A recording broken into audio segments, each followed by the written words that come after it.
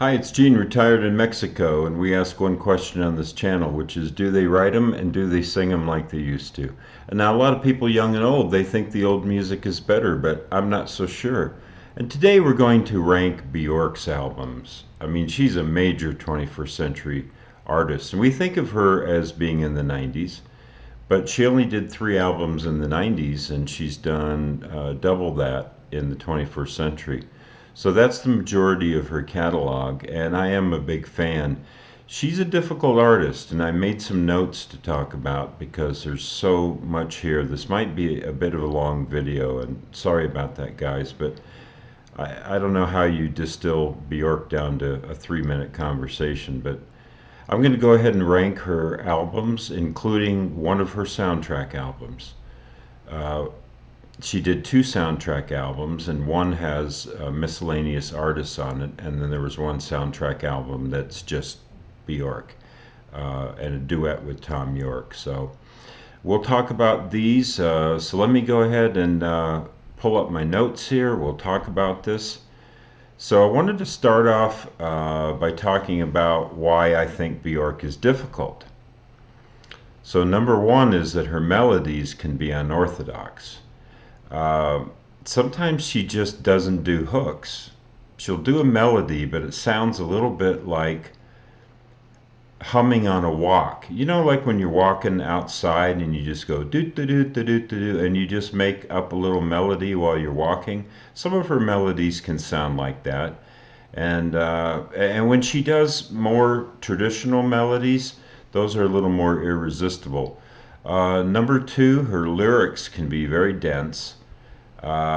Doing deep dives into these lyrics, I gotta tell you, I have not worked this hard on an episode.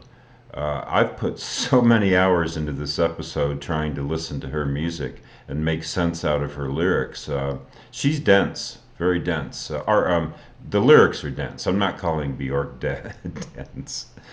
Number three, she's an esoteric artist. So esoteric's a fancy word.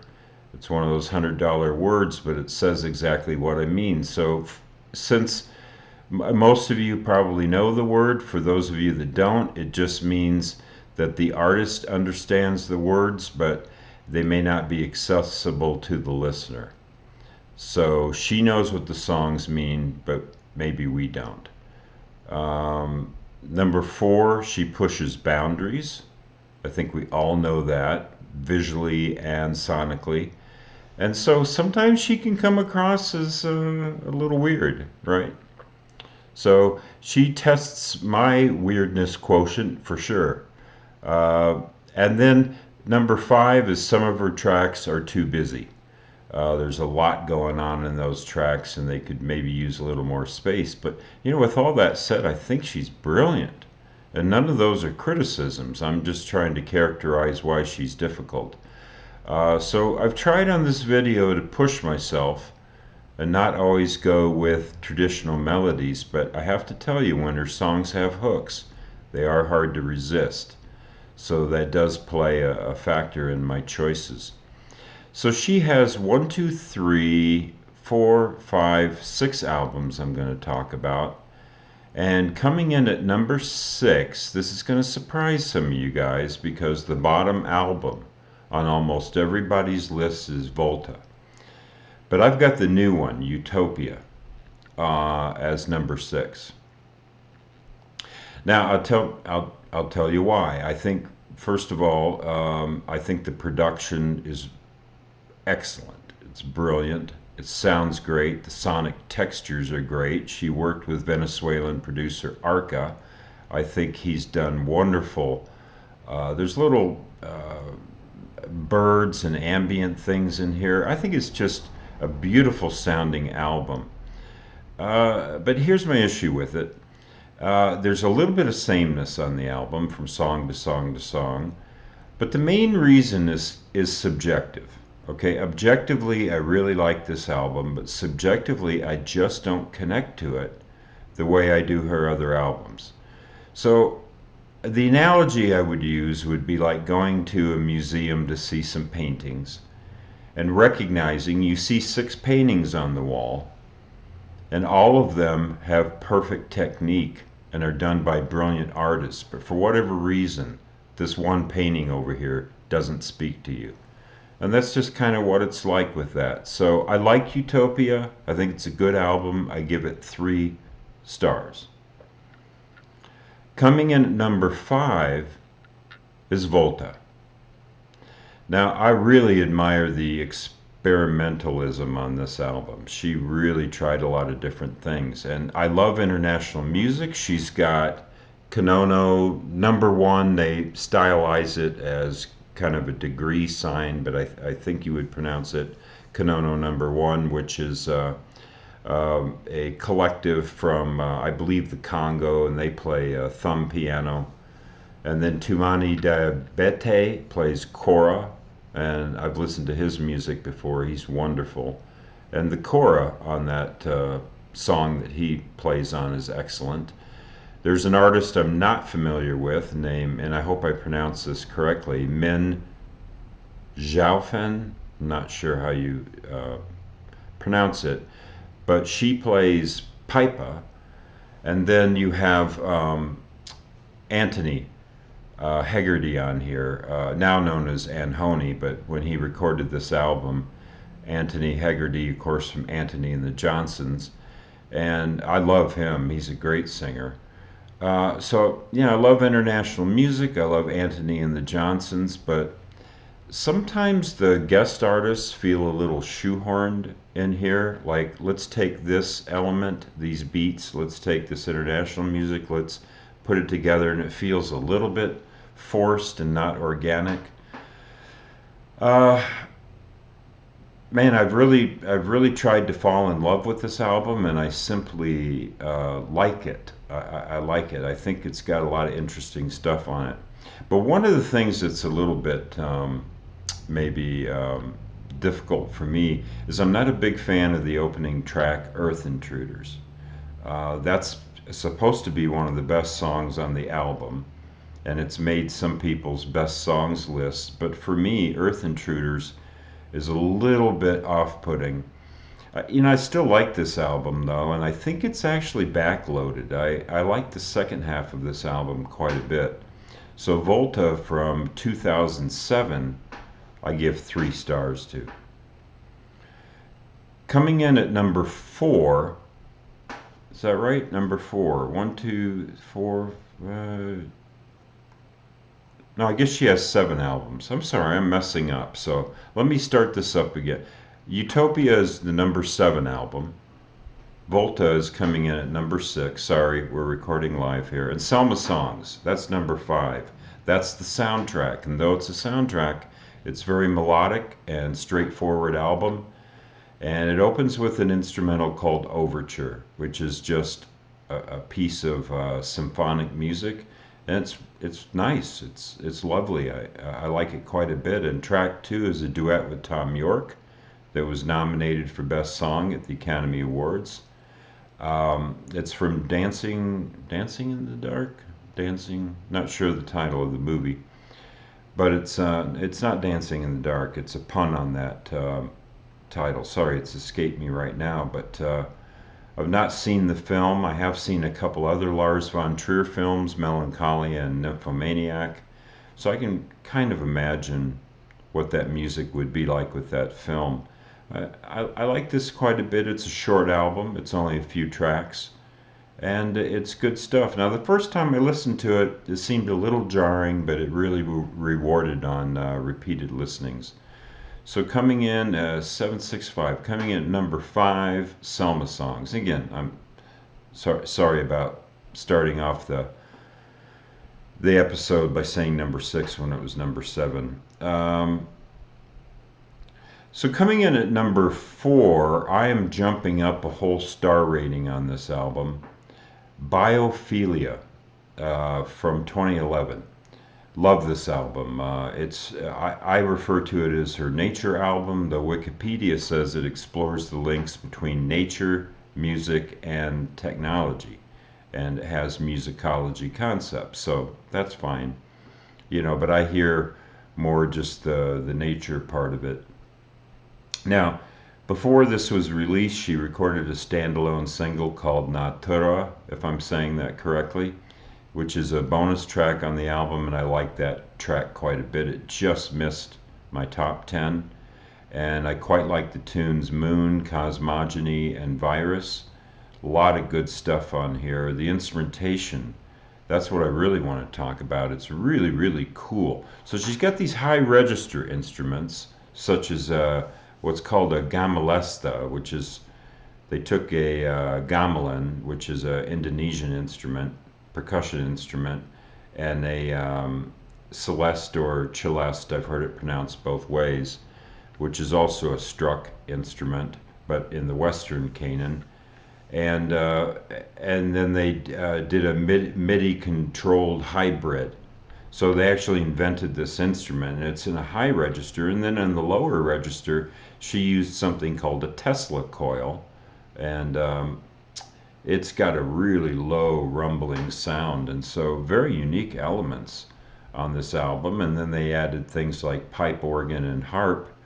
And what I like about those instruments on there, again, low register, high register, so you get this real sonic range on here, and the songs are very strong. I think it's a wonderful album. I'm jumping up to 4 stars. The more you listen to this album, the more it's a grower. So coming in next on our list, and I think we're at number 3 now, is Volcano. So that's from 2015, and this is a fabulous album. It's a latter day album that's really strong. So in the 21st century, her early stuff in the 2000s a little front loaded, but Volcano stands out as one of her later albums. It's really good. It's sonically quite different, but it's also very basic. So I was looking at the instrumentation on this. It's pretty much programming, strings, and choir. That's it. Very simple. So not a real busy album.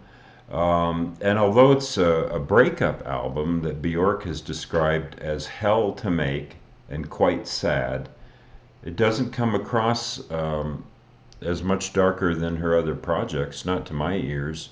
There seem to be a lot of major keys. I'm not a musician, but I hear major keys on here. I can't say for sure. And the first 2 songs out of the gate are fantastic. The rest of the album varies from very strong to merely good. And I think it's her best latter day effort. So big fan for Volcano.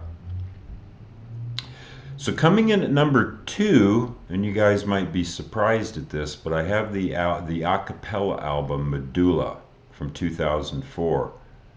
And I love this album. Yeah, it's Acapella. There's no instrumentation on it. Well, there's a little bit. There's piano on one track, but it's primarily an Acapella album. And it never gets boring due to a variety of vocal techniques. 2 of the tracks feature beatboxing. And I think both of those tracks inject some much needed humor. So, I could have said at the top of the list that maybe another reason that Bjork is a little difficult is, I'm sure she has a wonderful, great sense of humor, but it doesn't always come across in her album. She comes across as kind of a very serious artist. And on Medulla, she sounds like she's having fun, like a lot of fun. And I really like that. And then there are her deep spiritual tracks on there. Oceania is a good example of a nice, beautiful track on here. But lots of good stuff, lots of sonic variety. And I wanted to talk about an album from 1985 that this reminds me of. It's Todd Rundgren's Acapella. And I'm going to plug in a little 30-second sound bite from that album where you can hear.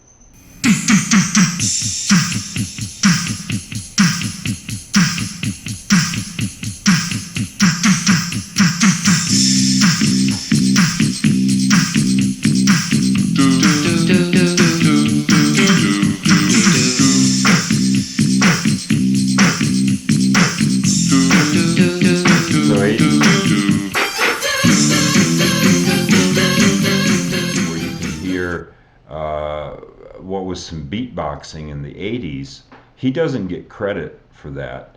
Uh, but I'll tell you, the Acapella album, I hear a lot of similarities sonically between these two albums. Now, of course, Bjork has more modern technology, takes it to another level.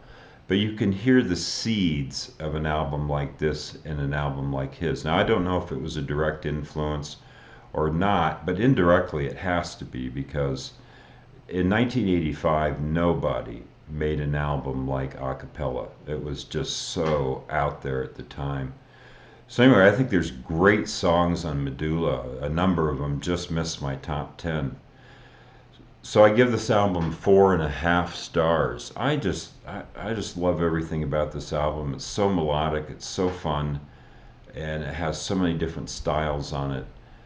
So if you're counting down, you probably have figured out my favorite album by now. It's Vespertine, 2001. And what can I say about what I think is an extraordinary and vulnerable album? You know, this could have been cringeworthy, it could have been embarrassing, but I think it's a tour de force.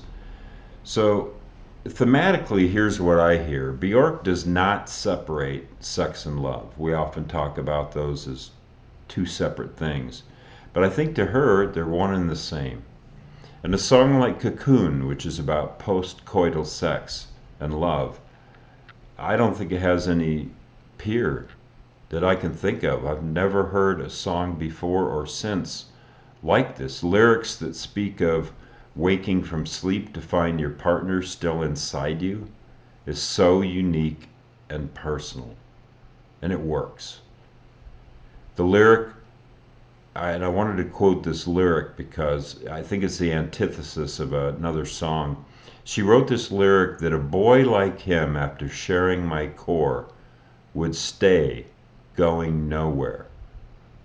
I hear that as the antithesis of a song like Liz Phair's Fucking Run, right? So more commonly, you hear Love 'em and Leave 'em songs, but here's one about he's still hanging around and how much she loves that. And Bjork teaches me about the feminine perspective in new ways. Old school, I think of artists like Joni Mitchell. She taught me a lot about the feminine perspective. But I think Bjork is Joni Mitchell on steroids.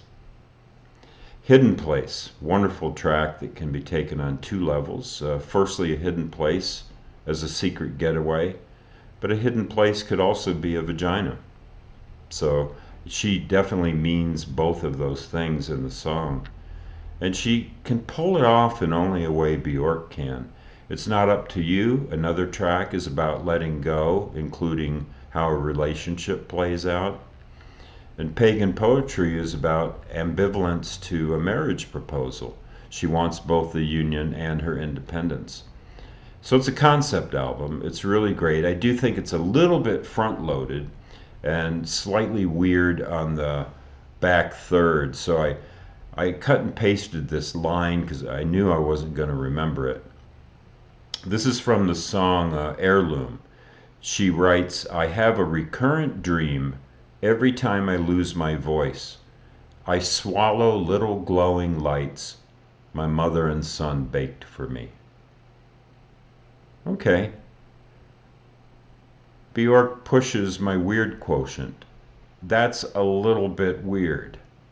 So if there's any criticism I have of Vespertine, it's just that the back third of the album gets a little bit weird, but the music's still beautiful, and I still give the album 5 stars. So thanks for joining me here. If you like what we're doing, Senior Reacting to 21st Century Music, hit that like or subscribe button. And let me know what you think, what your order of these 7 is, what your favorite Bjork albums are. And we'll do a top 10 songs here shortly. So as we say here in Mexico, buen dia. And just as a little postscript, I wanted to add, sometimes I talk about concerts that I've seen. I mentioned Todd Rundgren. I actually saw that tour, the Acapella tour. So I watched him do the beatboxes live on stage, and then the audience came up and played on Bang the Drum all day.